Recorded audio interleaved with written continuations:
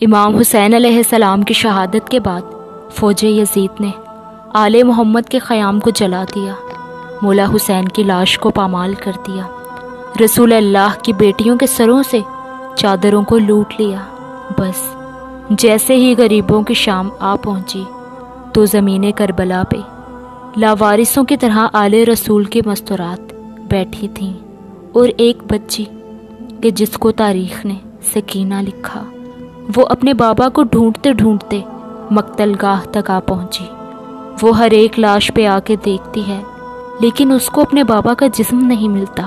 بس اتنے میں پتھروں سے آواز آتی ہے کہ اے میری سکینہ، ان پتھروں اور مٹی کے نیزوں اور بھالوں کے بیچ میں تیرے بابا کا پامال جسم موجود ہے۔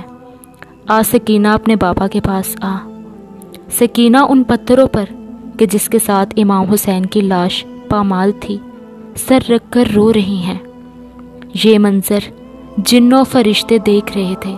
جنات کے قبیلے میں سے ایک جن کہ جس کو زعفر جن کہتے ہیں، جو بار بار امام حسین سے اجازت مانگنے آیا، لیکن اس کو جنگ کی اجازت نہ ملی۔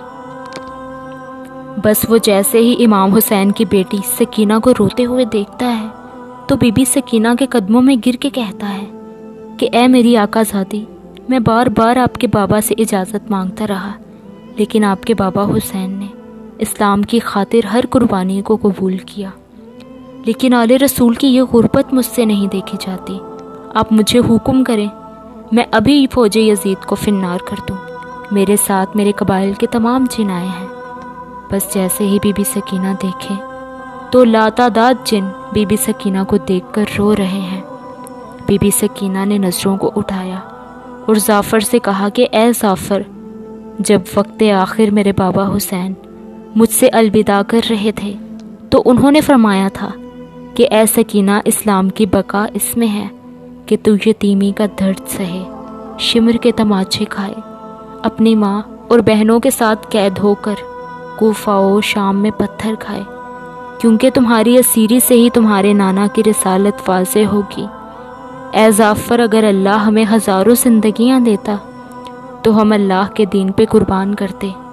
بی بی سکینہ کا یہ صبر دیکھ کر زعفر اور اس کے قبائل کے تمام جن سجدہ شکر ادا کرتے ہیں اور اللہ سے کہتے ہیں کہ عظیم ہے وہ ذات کہ جس نے آل محمد کو خلق کیا، اور عظیم ہے وہ اللہ جس کے اسلام کے لیے آل محمد نے اپنا سب کچھ قربان کر دیا۔